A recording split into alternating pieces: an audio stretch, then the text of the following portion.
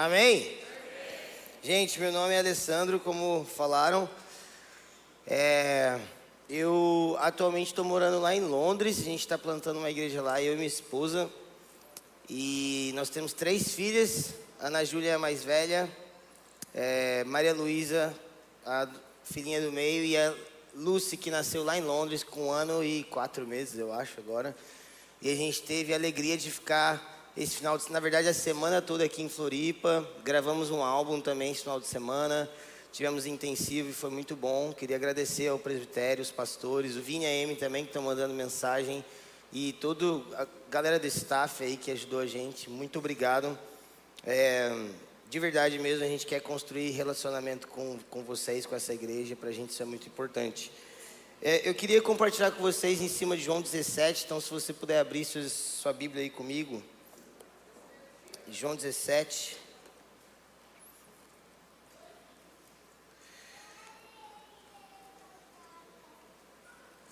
Gente, eu gosto muito de culto de domingo de manhã.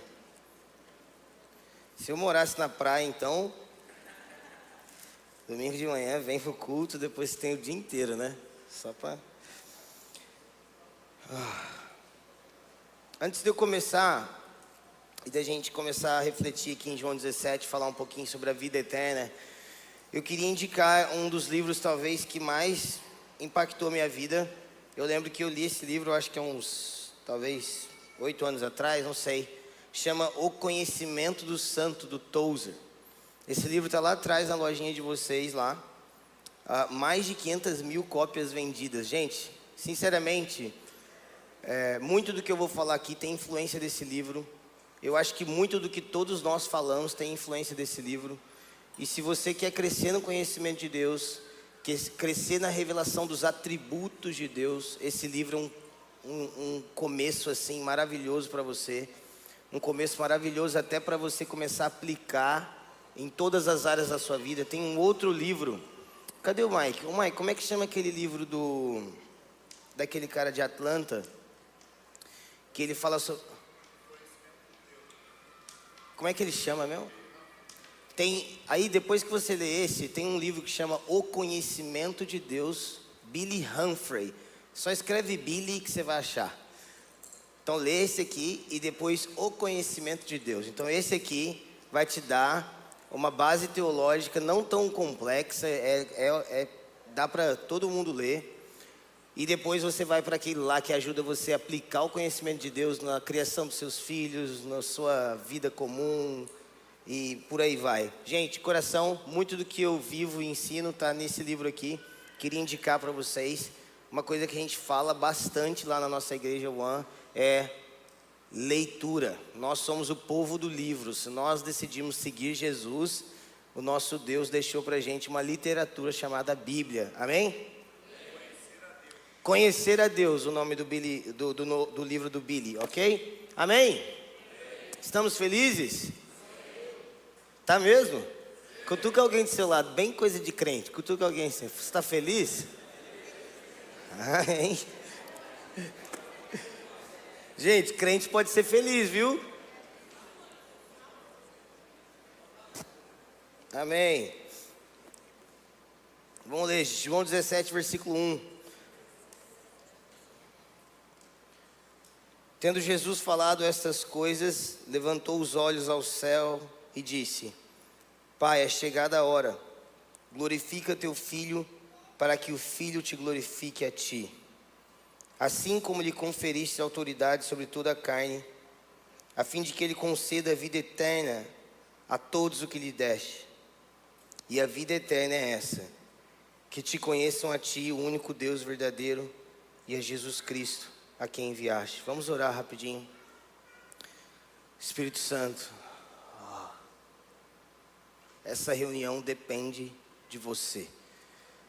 Espírito de Deus, os nossos corações dependem da sua liderança.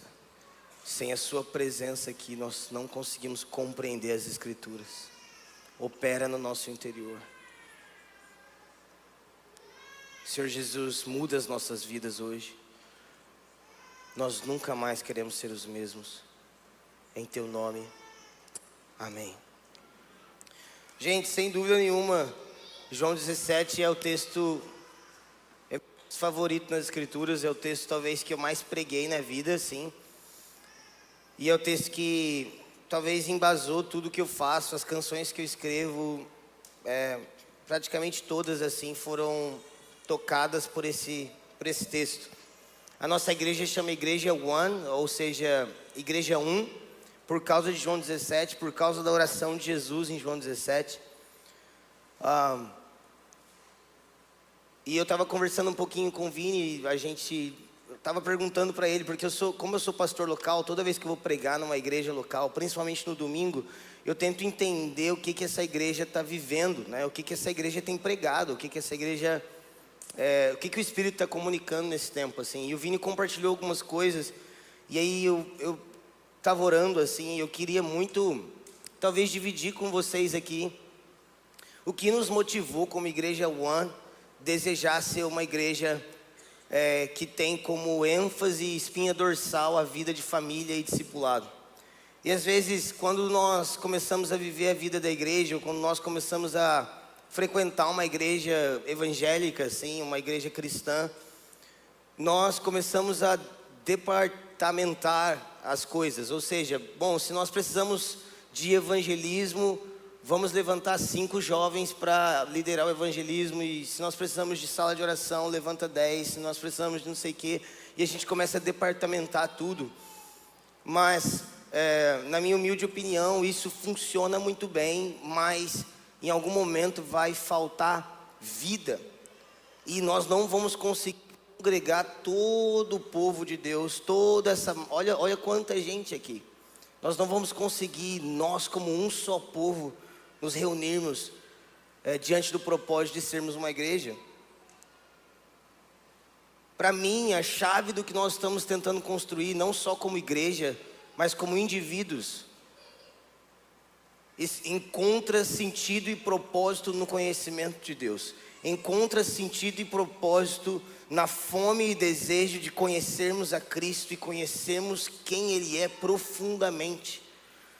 Então Jesus aqui em João 17, Ele está orando. Jesus não está pregando um sermão, Ele está literalmente orando. João 17 obviamente é entre João 16 e João 18.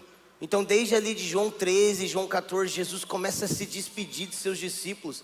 Ele tinha passado então 3 anos de ministério fervoroso, pregando, curando enfermos, ressuscitando mortos, pregando o reino de Deus, pregando o evangelho das boas novas. Mas aqui em João 13, 14 ele começa a se despedir, e principalmente começa a falar sobre o Espírito, que o Espírito não deixaria esses irmãos órfãos, eles não estariam órfãos. João 16 ele enfatiza sobre o outro Consolador que viria, e finalmente em João 17 então, alguns chamam de a oração sacerdotal de Jesus. E ele começa a orar diante do Pai, e ele começa a declarar o desejo dele por aqueles que viriam a seguir ele.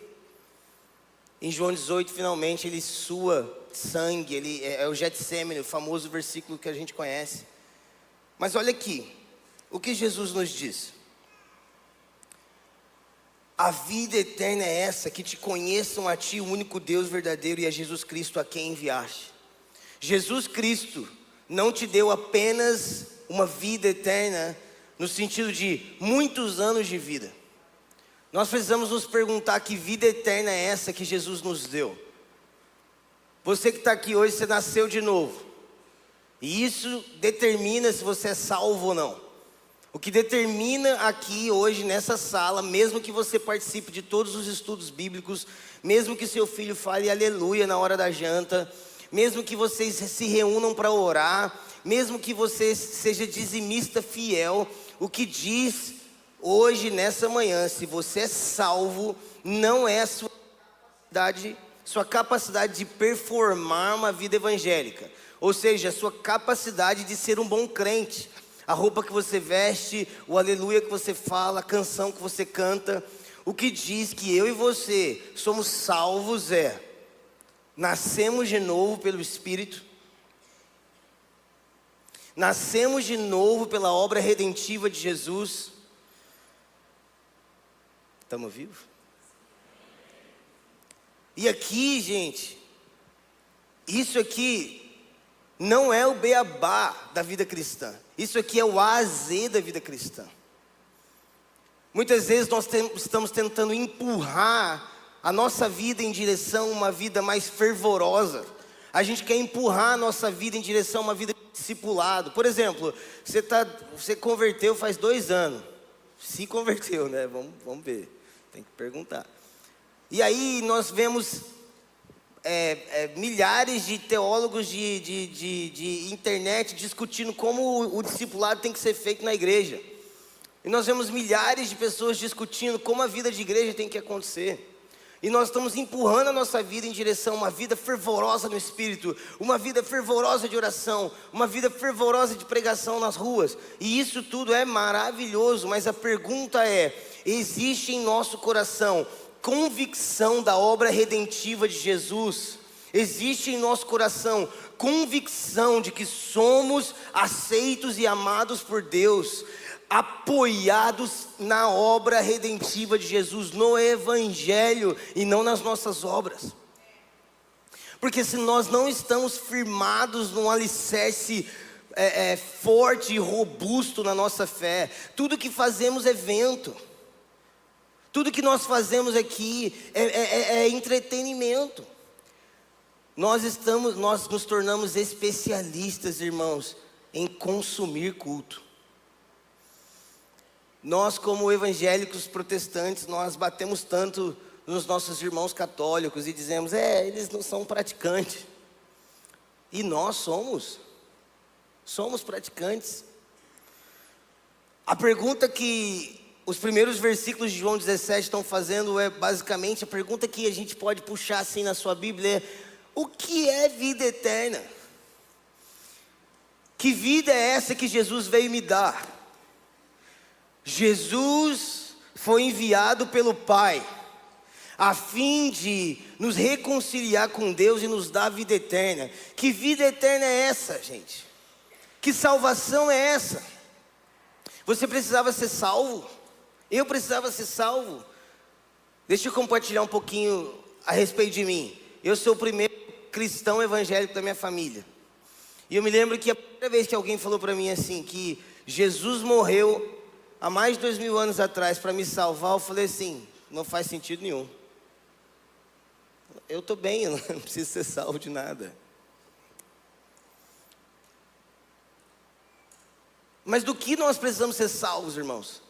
Do que você precisa ser salvo e do que eu preciso ser salvo? Aí a resposta pode ser: não, eu preciso ser salvo porque eu tenho uma enfermidade grave. Eu preciso ser salvo porque meu filho está se perdendo.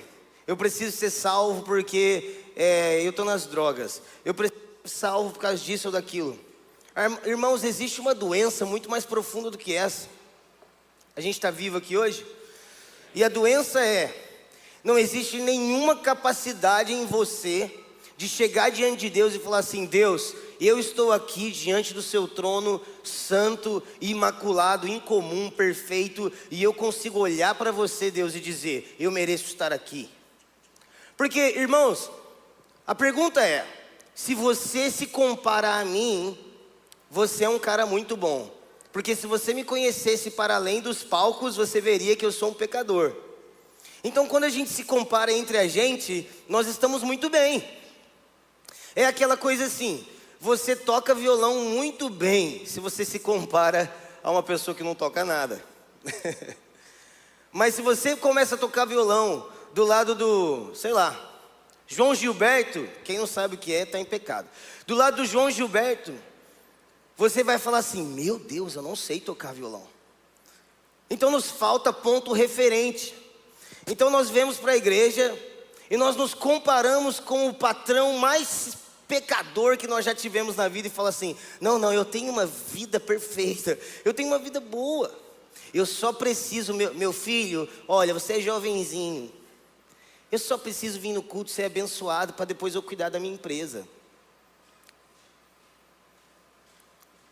Mas que vida eterna é essa que Jesus está nos prometendo e nos deu? Jesus não resume a vida eterna como uma quantidade de vida e nem uma cura momentânea, homeopática de algum problema que nós temos. Irmãos, a boa notícia do Evangelho é que agora, por Jesus, você pode se apresentar diante do trono de Deus e dizer: Pai, eu estou aqui pelo teu filho e eu sou parte da sua família. E a vida eterna é essa, que te conheçam. Jesus resume então a vida eterna como conhecimento de Deus. Conhecer a Deus. E esse conhecimento, irmãos, não é um conhecimento meramente filosófico, intelectual. Não é uma boa informação. Esse conhecimento, ele é experiência, revelação, sabor, sentidos, vida. O verbo original aqui é gnosco, eu não sei como é que pronuncia isso, mas é conhecer por experiência. O Jonathan Edwards, ele vai falar no livro dele, eu esqueci o nome do livro, deixa eu ver se eu acho que... Mas ele vai falar que a verdadeira fé, ela consiste em afeições religiosas, obrigado. Ela consiste em afeições, em nossas emoções se voltando para Ele, em nossos desejos se voltando para Ele. Irmãos, existe uma doença muito profunda dentro do cristão, que não experimentou desejo profundo por Deus. Aí você fala assim: não, Ale, mas a minha personalidade é mais introvertida. Nós não estamos falando de personalidade aqui, irmãos. Nós estamos falando de... existe um oceano de águas limpas diante de você, e você está bebendo água num copinho e dizendo: eu não preciso do oceano. Eu não quero isso, me dá só o domingo. Eu só quero o culto de domingo, por favor, não me encha a paciência. Eu só quero uma aguinha no copo. E a pergunta é: temos vida eterna então? Se o próprio Messias resumiu vida eterna como conhecimento de Deus, estamos resumindo a vida eterna em vestir branco, subir para o céu.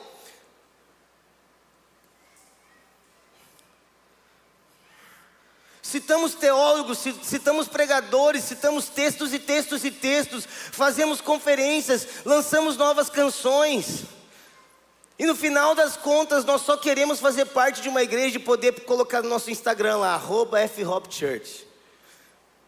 Eu faço parte da igreja lá, canta Tu És, lá é. É isso, Jesus morreu para isso, gente. Cristo morreu para nos dar uma roupa bonitinha, a gente subir para o céu, virar anjo.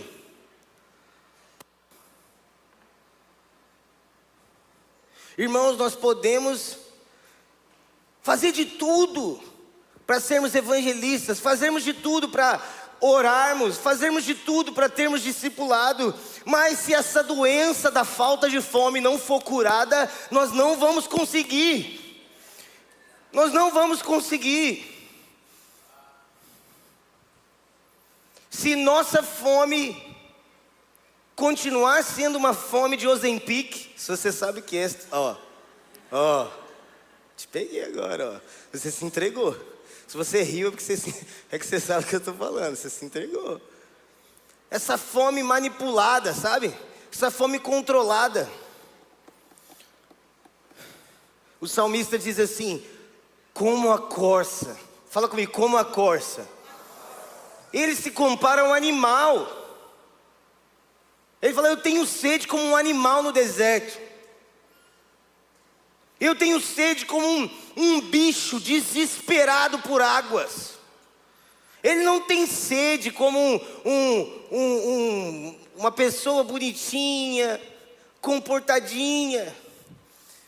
Não, eu tenho sede como um animal. Eu estou desejoso de Deus. Aí você fala: não, Ale, isso é coisa de jovem. Não, Ale, isso é coisa de gente mais pentecostal. Não, isso é coisa de gente mais carismática. Irmãos, vocês, com todo respeito, você não tem ideia do que você está falando. Você não tem repertório nenhum para falar isso. Nenhum. Se isso sai da sua boca, você não sabe o que você está falando. A maioria dos avivamentos na Inglaterra, por exemplo, na Europa, são de irmãos que não eram penteca. Se o John Wesley viesse esse final de semana aqui, eu acho que ele ficaria bravo com a gente. Os caras não eram igual a gente, não.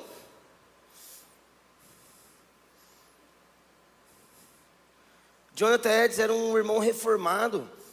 O Jonathan Edwards provavelmente iria nas conferências da presbiteriana e não nas nossas. Mas foi ele que escreveu: a verdadeira religião consiste em afeição.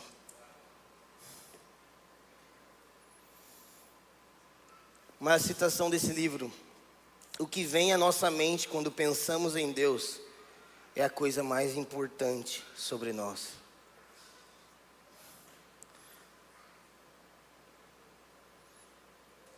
Estamos sendo ensinados a acordar de manhã, olhar para o espelho e falar assim: você consegue.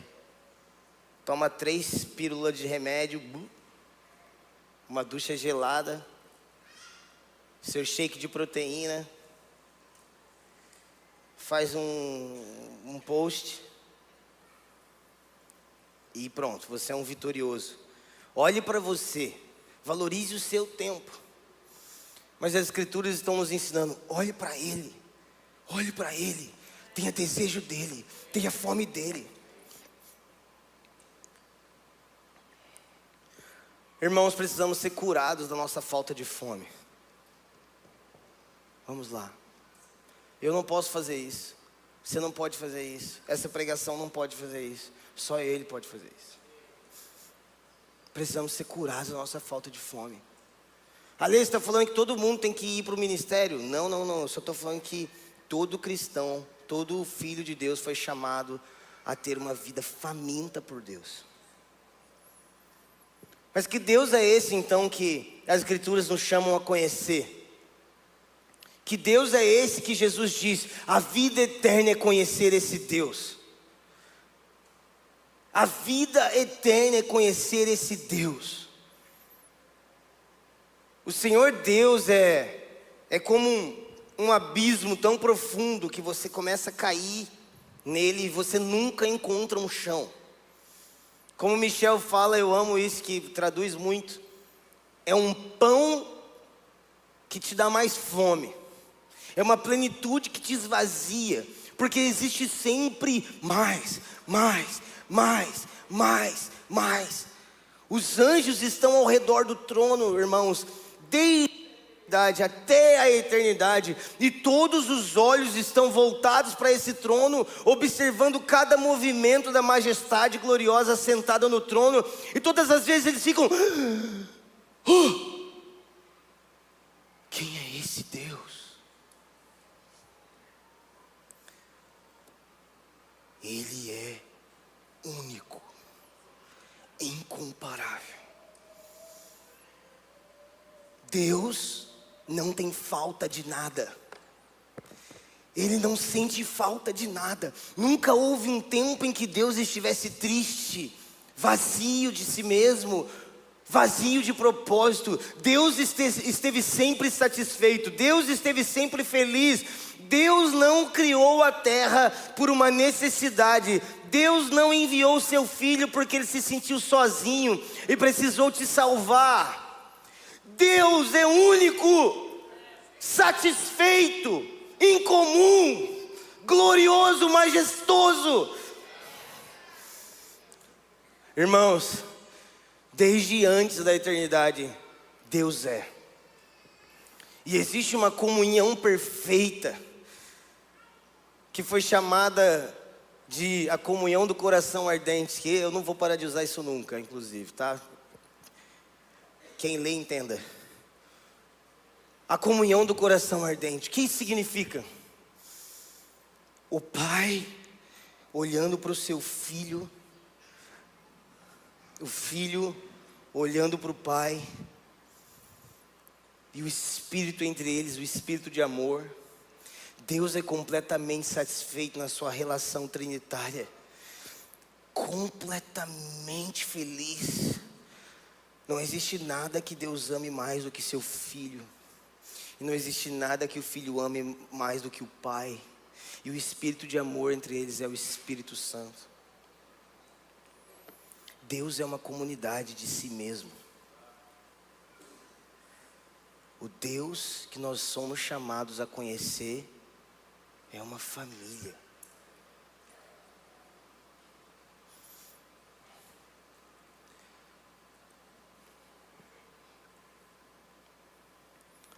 Esse Deus não aprova relacionamento raso.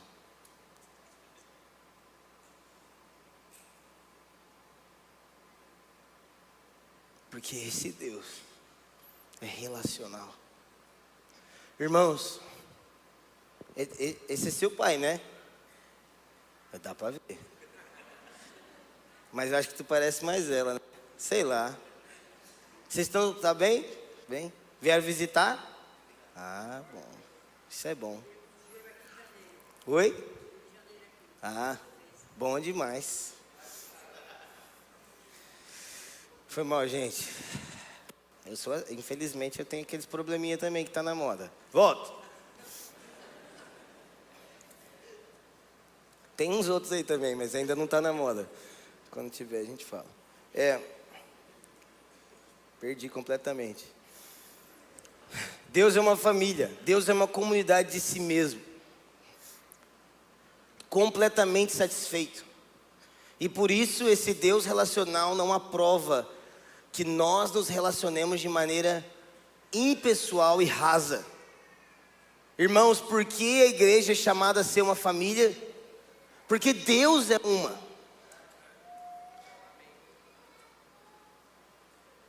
Porque nós somos chamados a ser profundos em relacionamento. Eu não sei quantas pessoas tem aqui, sei lá, 700, 600, 500, sei lá. Você não foi chamado a ter um relacionamento profundo com todo mundo aqui, porque é impossível, você não consegue administrar isso. Mas, pelo menos com uma dúzia,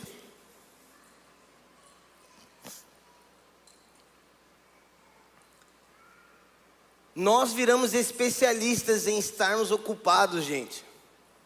Nós consumimos culto, consumimos Deus e consumimos pessoas.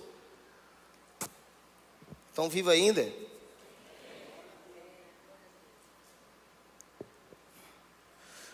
Deus não aprova relacionamento vazio e raso. Deus é profundo. Profundo em suas afeições. Profundo em seu relacionamento. Vamos pensar uma coisa. O Deus que não precisa de nada, criou todas as coisas, te colocou aqui e te salvou. Ou seja, Deus que não precisa de nada. Deus não precisa, gente, o Senhor Deus não precisa nem te tocar hoje. E Ele não te deve nada por isso. Você já parou para pensar nisso? Você pode fazer a melhor adoração do mundo aqui. E Ele pode falar: maneiro. Valeu. Que bom. Mas Ele vem. Ele aparece. Mesmo quando é ruim. Na maioria das vezes é ruim. A música, Lê. Não. O coração mesmo. Não, mas é que a gente tem que estar com boas intenções no coração. Gente, nunca vai ter só boa intenção no seu coração. E mesmo assim Ele vem. Ou seja, Ele se importa. Ele é pessoal. Relacional. Isso aqui não é um negócio para Ele. Isso aqui não é uma franquia. Isso aqui não é um modelo de sucesso. Vamos lá. Estamos felizes? Ô Ricão, cheguei para dar o exemplo aqui. O Ricão, o Henrique e o Marcelinho. Vem, Marcelinho. Vem, Marcelinho. Vem, Raí também.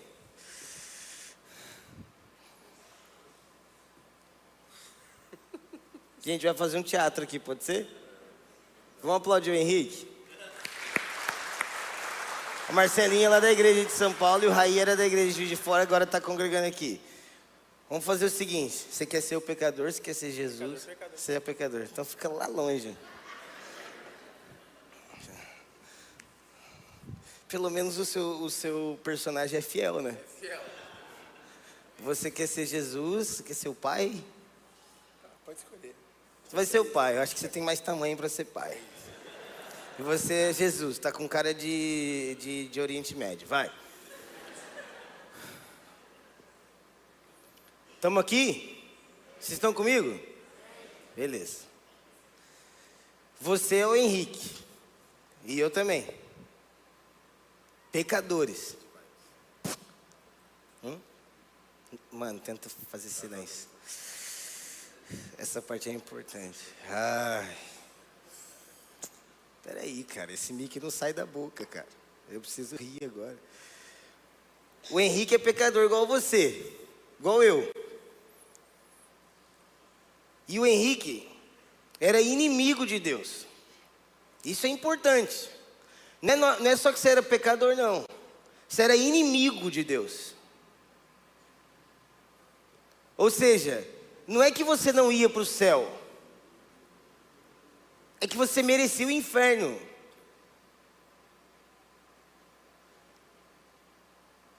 Então você não ia ficar aqui no meio, aqui, ó. Ah, eu não tenho nada a ver com isso, não. Não. Você e eu merecíamos o inferno. Merecíamos viver uma vida eterna sem Deus. Mas, fala comigo, mas Deus, rico em misericórdia, enviou o seu Filho. Vamos lá, Jesus, você está com cara de Cristo. Cristo veio. Cristo se esvaziou de si mesmo, assumindo forma de homem, assumindo a sua forma, mas não só assumindo a forma de homem. Ele se rebaixou ao máximo possível, morrendo uma morte de cruz. Aí fala, não, humanamente é possível morrer pior do que isso. Não. Esse não foi sofrimento, embora tenha sido. O maior sofrimento foi, ele levou sobre si as nossas transgressões e pecados. Deus Pai agradou moê-lo. Deus Pai pegou todo o seu pecado e falou, toma Jesus, leve sobre si. E eu tenho prazer agora em punir o meu filho por vocês. Então vai lá. Jesus se fez um de nós. Morreu por nós. Amém? Tamo junto? Só que agora, fica abraçadinho, brincadeira. Olha o papel importante que o Marcelinho está fazendo. Vamos para o versículo 20 de João 17.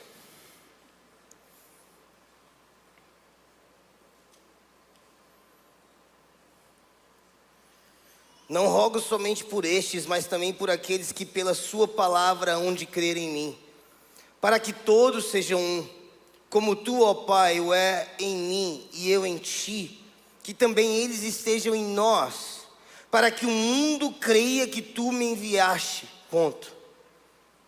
Aí você fala assim, uau, Jesus morreu na cruz para eu ser amigo do meu irmão. Mais ou menos. Porque aí, sabe o que a gente faz, gente? Agora o Henrique é o Henrique e o Raí é o Raí mesmo. Só uma pausa aqui. Tipo, o Henrique, ele gosta de musculação.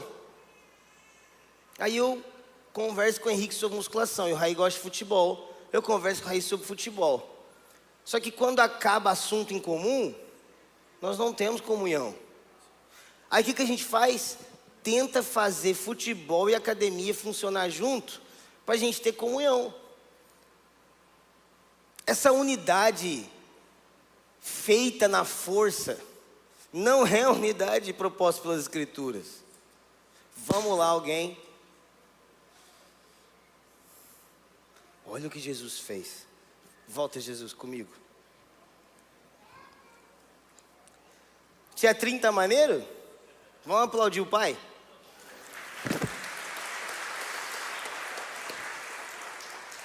Jesus disse o seguinte: faz ele ser um, Pai, como eu era contigo. O Pai e o Filho,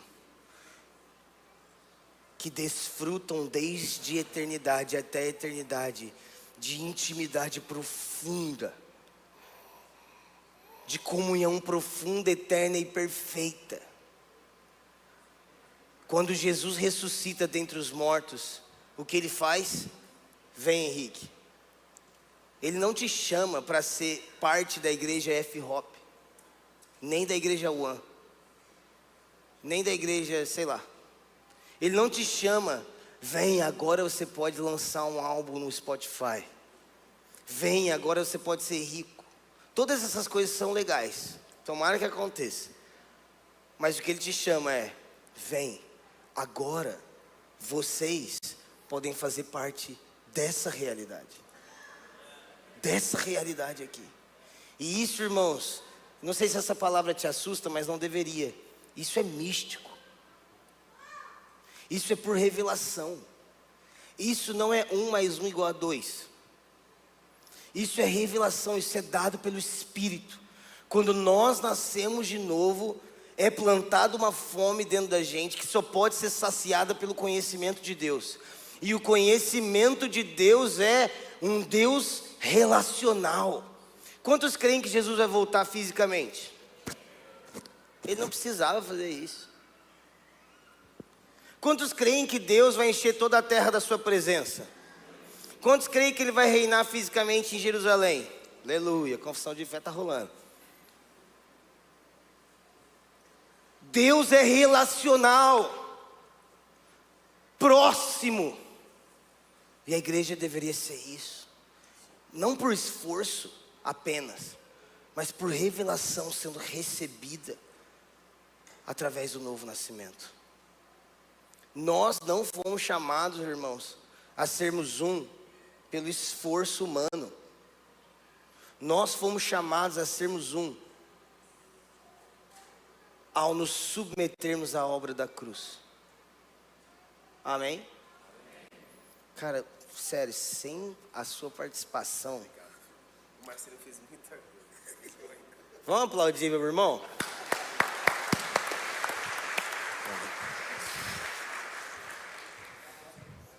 A gente está caminhando para os nossos próximos 5 minutos para terminar.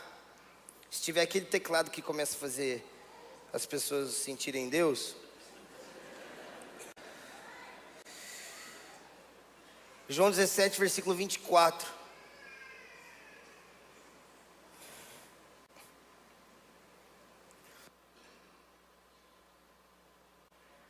Pai, a minha vontade é que onde eu estiver, eles estejam também aqueles que me deste, para que vejam a minha glória que me deste, porque tu me amaste antes da fundação do mundo.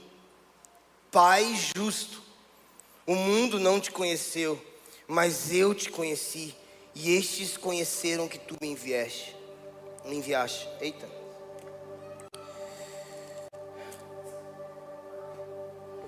Versículo 26, eu lhes fiz conhecer o teu nome e ainda farei conhecer, a fim de que o amor com que me amaste esteja neles e eu neles esteja. Vamos ler o versículo 26 de novo, a parte final. A fim de que o amor com que me amaste esteja neles e eu neles esteja. Irmãos, o mesmo amor que o Pai ama e amou o Filho Jesus, Ele derrama sobre nós. O mesmo amor, a mesma comunhão, o mesmo convite.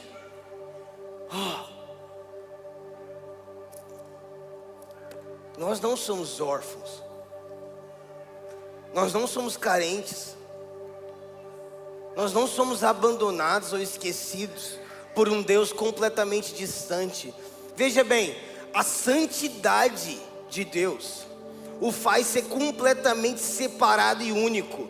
Nada nem ninguém é igual a Ele, Mas aí entra uma coisa que é tipo mind blowing, que é, sei lá, é isso aqui, ó. Que a grandiosidade da santidade de Deus. Sabe aquela coisa de parar de tratar Deus como um ursinho carinhoso? Sim, a gente tem que parar mesmo. Porque Ele não é um amiguinho, não. Ele não é uma coisinha, não, irmãos. Deixa eu te falar uma coisa que às vezes hoje em dia saiu de moda, mas antigamente isso era bom demais. Eu acho que eu ia me dar bem naquela época. Sabe, irmãos, deixa eu te falar uma coisa. Ninguém aqui é perfeito. Ninguém aqui é perfeito. Ok? Nada do que é pregado aqui precisa ser pregado de um lugar onde você acha, ele acha que ele é perfeito. Não, ninguém é perfeito aqui. Mas Deus, irmãos, é um Deus justo, santo, perfeito e imaculado. E é a nossa vida, fingindo ser crente, um dia sim vai passar. Sabe aquele pente fino quando você tinha piolho, sabe?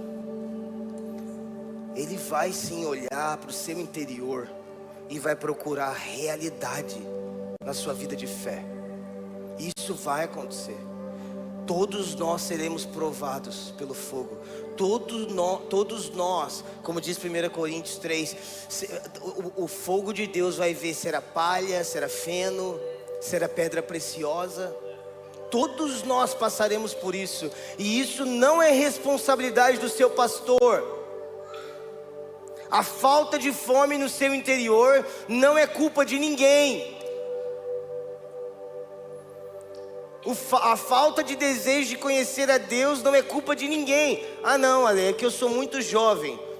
Balela. Ah não, é porque eu já sou muito velho, não tenho tempo para isso não. Não tem tempo para quê? Para conhecer a Deus.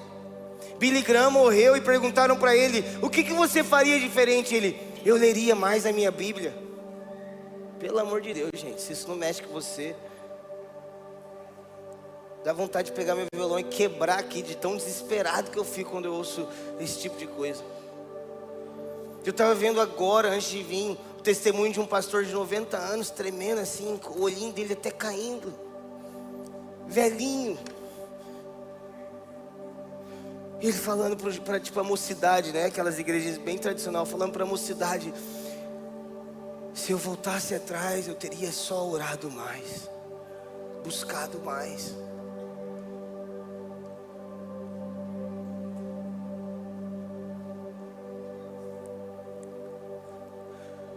Pai justo, Jesus ora, o meu desejo é que onde eu esteja, eles estejam comigo.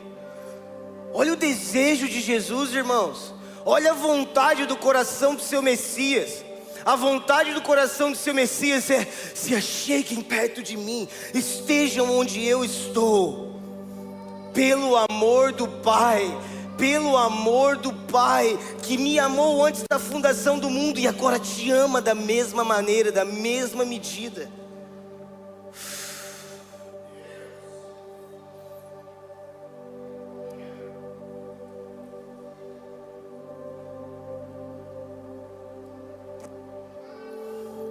Sem fome, irmãos,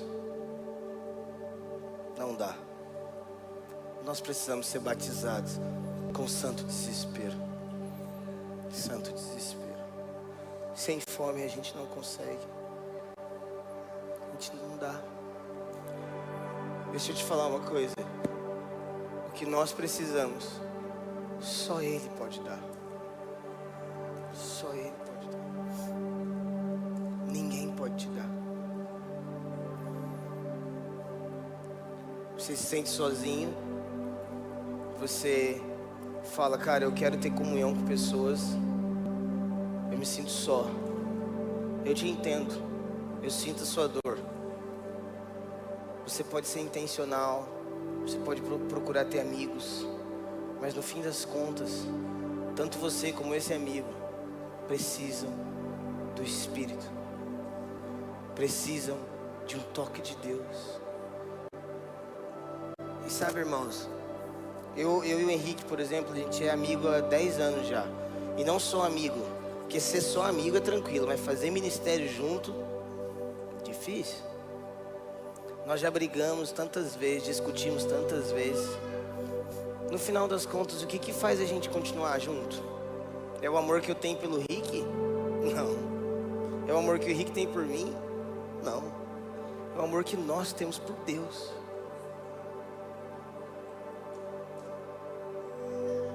Sem fome, genuína por Deus. É tudo automático. É tudo na força do braço, sabe? Tudo fica pesado. Se você quiser ficar de pé comigo.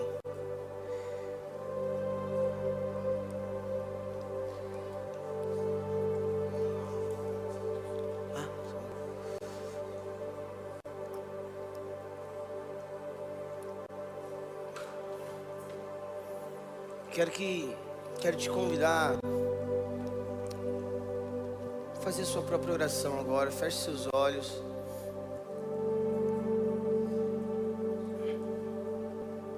Eu tentei ao máximo manter a coisa simples, assim, objetiva pra gente, porque realmente não é a intenção de pregar uma coisa maravilhosa, sabe? Mas que nós, como irmãos aqui nessa manhã, a gente se achegue diante de Deus e diga: Pai, batiza-me com desejo de viver uma coisa real. Quero te conhecer. Quero te conhecer. Se você puder levantar sua voz, abrir sua boca, fazer sua própria oração.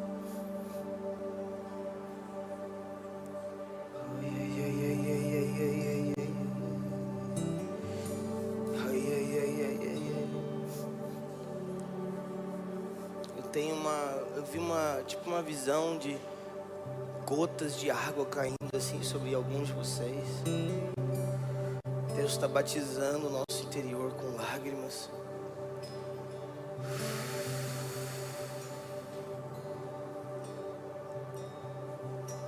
Deixe, Senhor, se submeta agora ao Espírito e ao coração amoroso de Jesus. Se submeta. Se você ora em línguas, você é completamente livre para fazer isso.